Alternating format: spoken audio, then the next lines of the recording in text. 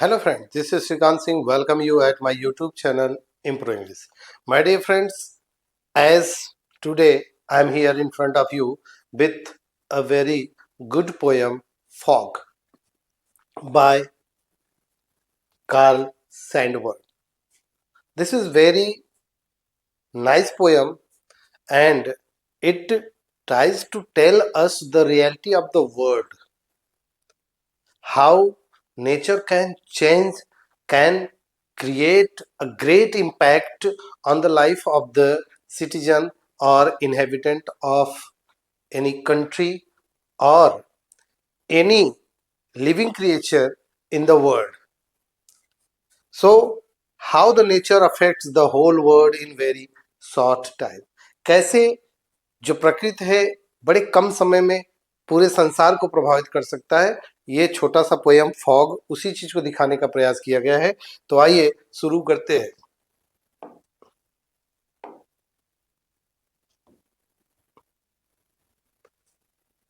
Fog by Carl Sandburg. This is the poet of this poem. Fog captures the quiet almost unnoticed. Correct, एकदम से quite शांत, almost unnoticed, जिसे देखा न जा सके। किस चीज को? Arrival and departure of fog. Fog के आने और जाने को नोटिस न किया जा सके, उस चीज को पोएट ने बड़े प्यार से, बड़े ही अच्छे तरीके से दर्शाया है थ्रू अ मेटाफोरिकल कंपैरिजन। किस रूप में? मेटाफोरिकल, मेटाफोरिकल कंपैरिजन के रूप में। Sandburg likens fog to a cat. यहाँ पर सैंडबर्ग जो है वो फॉग को एक कैट से मेटाफर यानी कि उस रूप में उपस्थित करते हैं और इस पूरी कविता को कंप्लीट करते हैं। Highlighting it's soft and subtle entry in and it's silent unpredictable retreat.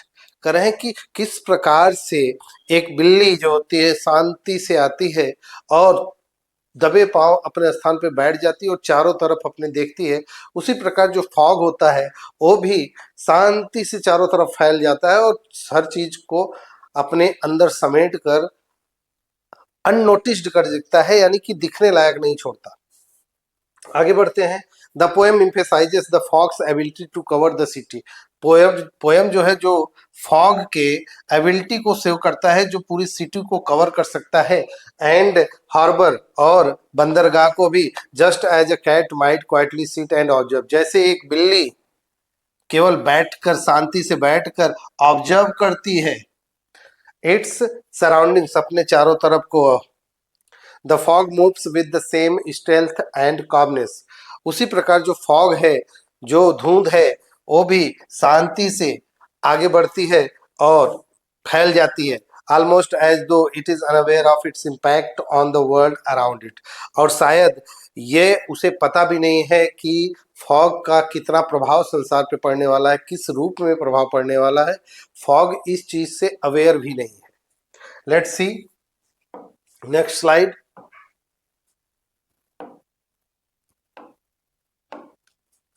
In the poem, the fog is depicted as a temporary presence.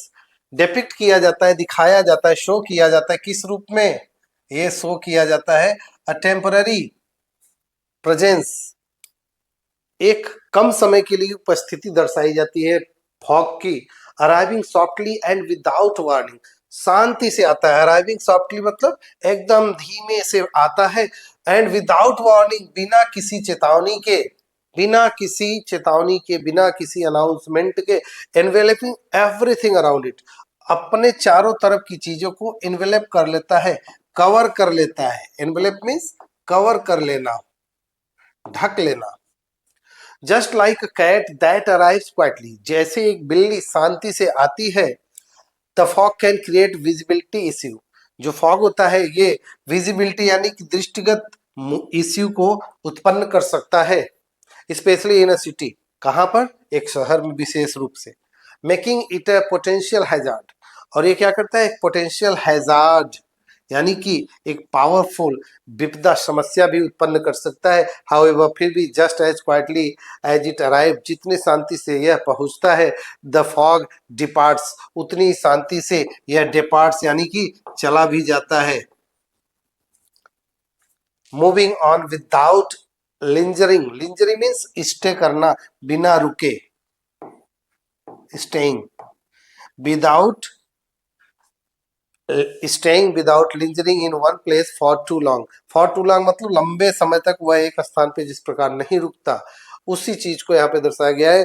एक बिल्ली की तरह इस पोयम में फॉग को दर्शाया गया है। और इस समय खास करके वर्तमान में जब मैं ये वीडियो बना रहा हूँ तो आपकी जानकारी के लिए बता दूं कि इस समय ठंड का मौसम है थोड़ा सा, और जैसे आप सुबह सुबह जब बाहर निकलते हैं तो धुंध की वजह से, फॉग की वजह से सामने दिखता नहीं कुछ, तो वही यहाँ पे कहा गया है विजिबिलिटी इश्यू क्रिएट कर सकती है और कम समय के लिए आती है और फिर तुरंत चली जाती है। आगे बढ़ते हैं, नेक्स्ट स्लाइड में देखते हैं। नेक्स्ट स्लाइड में सैंडबर्ग जो पोएट हैं वो कहते हैं fog is a short but powerful reflection. जो फॉग होता है वो शॉर्ट बट इसका पावरफुल रिफ्लेक्शन, प्रभाव जो होता है, इम्पैक्ट जो होता है बड़ा ही पावरफुल होता है।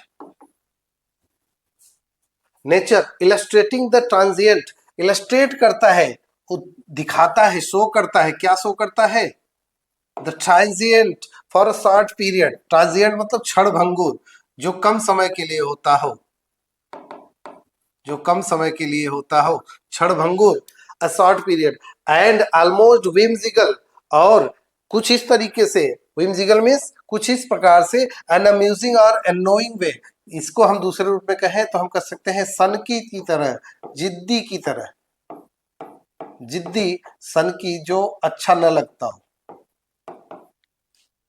नेचर ऑफ फॉक्स प्रेजेंस, जो फॉग की प्रेजेंस में यही स्थिति हो जाती है, वो कम समय के लिए आता है, एकदम जिद्दी की तरह से चारों तरफ फैल जाता है और फिर तुरंत हट जाता है। थ्रू दिस मेटाफर, इस मेटाफर के जरिए यानी कि इस रूपक के जरिए, इस figure of speech poetic device के जरिए सैंडबर्ग कन्वेज, कन्वेज मतलब मैसेज डिलीवर करते हैं, a deeper understanding of how nature affect the world, कैसे जो नेचर है, प्रकृति है, ये कैसे पूरे संसार को प्रभावित करती है, इस चीज को यहाँ पर पोएट दर्शाते हैं। सटल नॉट वेरी स्ट्रांग और ब्राइट, सटल मतलब होता है बहुत, जो बहुत गंभीर ना हो, बट सिग्निफिकेंट वेज, लेकिन बहुत ही महत्वपूर्ण तरीके से, and how it shifts without warning, और कैसे यह बिना सूचना दिए, बिना वार्निंग दिए कैसे ये शिफ्ट कर जाता है, यानी कि आता है और फिर तुरंत चला भी जाता है। Much like a cat playing और losing interest in its environment, ठीक उसी तरीके से जैसे एक कैट खेलती है और तुरंत वहां से अपनी रुचि हटा लेती है, अपना इंटरेस्ट हटा लेती है, अपना ध्यान हटा लेती है पर्यावरण से, सेम उसी तरीके से यहाँ पे मेटाफर का यूज करके फॉग को सैंडबर्ग पोएट ने यहाँ पे दर्शाया है। नेक्स्ट स्लाइड की तरफ बढ़ते हैं और देखते हैं नेक्स्ट स्लाइड में क्या है। नेक्स्ट स्लाइड की तरफ देखिए, कंक्लूजन ऑफ द फॉग, यानी कि ये जो पोएम है कंक्लूजन क्या देता है, कि इसका अंतिम चीज क्या, मैसेज क्या कन्वे करता है, उस चीज को देखते हैं। The poem beautifully covers the impermanence of nature, nature के इम्परमानेंस यानी कि लंबे समय तक अस्थायी रूप से अस्थायी नेचर को यहाँ पे दिखाता है, प्रकृति के अस्थायित्व को दिखाता है यहाँ पर, यानी कि प्रकृति जो है लंबे समय तक एक सा ही नहीं बना रहता, उसमें बदलाव होते रहते हैं, परिवर्तन होते रहते हैं। Through the metaphor of cat, किस रूप में दिखाते हैं, एक कैट के मेटाफर के रूप में, capturing the fleeting for very short, fleet means very short period के लिए आता है, and silent arrival and departure, और धीरे से आना और फिर चले जाना, जल्दी आना जल्दी चले भी जाना of fog. It's brevity and simplicity underscore the quite power of nature, इसका जो दर्शाना है वह नेचर की पावर को बड़े ही शानदार तरीके से प्रकट करता है, एक्सप्रेस करता है। डिस्ट्रप्टिव, डिस्ट्रक्टिव और हार्मफुल, कैसे पोटेंशियली डिस्ट्रप्टिव, यानी जो पावर होता है नेचर का वह ताकतवर होता है, बहुत ही विनाशकारी होता है, नुकसान करने वाला होता है, यानी विनाशकारी होता है, बहुत ही विनाशकारी होता है। The poem reflects Sandburg's deep appreciation for the everyday moments, करें यहाँ जो पोएम है ये सैंडबर्ग के डीप रिफ्लेक्शन को दिखाता है, किस रूप में, एवरीडेज मोमेंट्स को, यानी प्रत्येक दिन के मोमेंट्स को बहुत ही अच्छे तरीके से पोएट यहाँ पे डिपिक्ट करता है। In life, specially the natural world, खास करके जो हमारा नेचुरल वर्ल्ड है उस चीज को, that often go unnoticed yet leave lasting impression, कहें कि जिस जो गुजर जाता है बिना नोटिस किए बट एक लंबा प्रभाव छोड़ देता है, लीव लास्टिंग इंप्रेशन यानी कि एक लंबा प्रभाव छोड़ देता है। आगे बढ़ते हैं और देखते हैं कि नेक्स्ट स्लाइड में क्या है।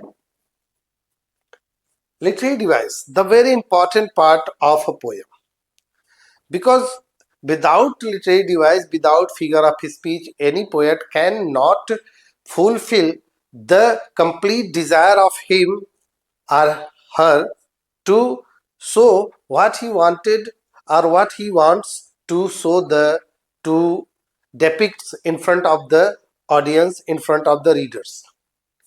लिटरेरी डिवाइस, पहला लिटरेरी डिवाइस जो है वो है इंजैममेंट। मैं कई पोएम में इस इंजैममेंट लिटरेरी डिवाइस के विषय में बता चुका हूँ, फिर भी यहाँ पे मेंशन करता हूँ आपकी जानकारी के लिए। इंजैममेंट होता है जब एक लाइन पैरेलल जा रही हो, सीधे चली जा रही हो, और वहां पर पूरी सेंस को क्लियर ना करके दूसरे लाइन में भी उसकी पंक्तियां यानी कि उसके शब्द बढ़ रहे हो, that is called enjambment. Enjambment when a sentence continues to next line, जब एक सेंटेंस एक लाइन से दूसरे लाइन में कंटिन्यू हो तो वहां पर इंजैममेंट होता है। जैसे it sits looking then moves on, एक लाइन में समाप्त नहीं होती, एक लाइन के बाद ये दूसरी लाइन में एंट्री कर जाती है। मेटाफर रूपक का बहुत अच्छे से प्रयोग किया गया है। यहाँ पर फॉग को कैट के रूप में दर्शाने का प्रयास किया गया है, प्रयास किया गया है। पर्सोनिफिकेशन, जहां पर किसी भी नॉन लिविंग क्रिएचर को लिविंग क्रिएचर बना के प्रस्तुत किया जाता है तो उसे पर्सोनिफिकेशन या पर्सोनिफाइड बोलते हैं। Let's see, fog has been personified, fog comes, it sits. यहाँ पे फॉग को जीव के रूप में, सजीव के लिविंग क्रिएचर के रूप में दिखाया गया है, लिविंग क्रिएचर के रूप में दिखाया जाता है, दैट इज कॉल्ड पर्सोनिफिकेशन। क्योंकि यहाँ पे देखिए, हम इंसान या कोई सजीव होता है, वो आता है बैठता है फिर चला जाता है, फॉग को यहाँ पे इस रूप में दिखाया गया है, तो दैट इज कॉल्ड पर्सोनिफिकेशन।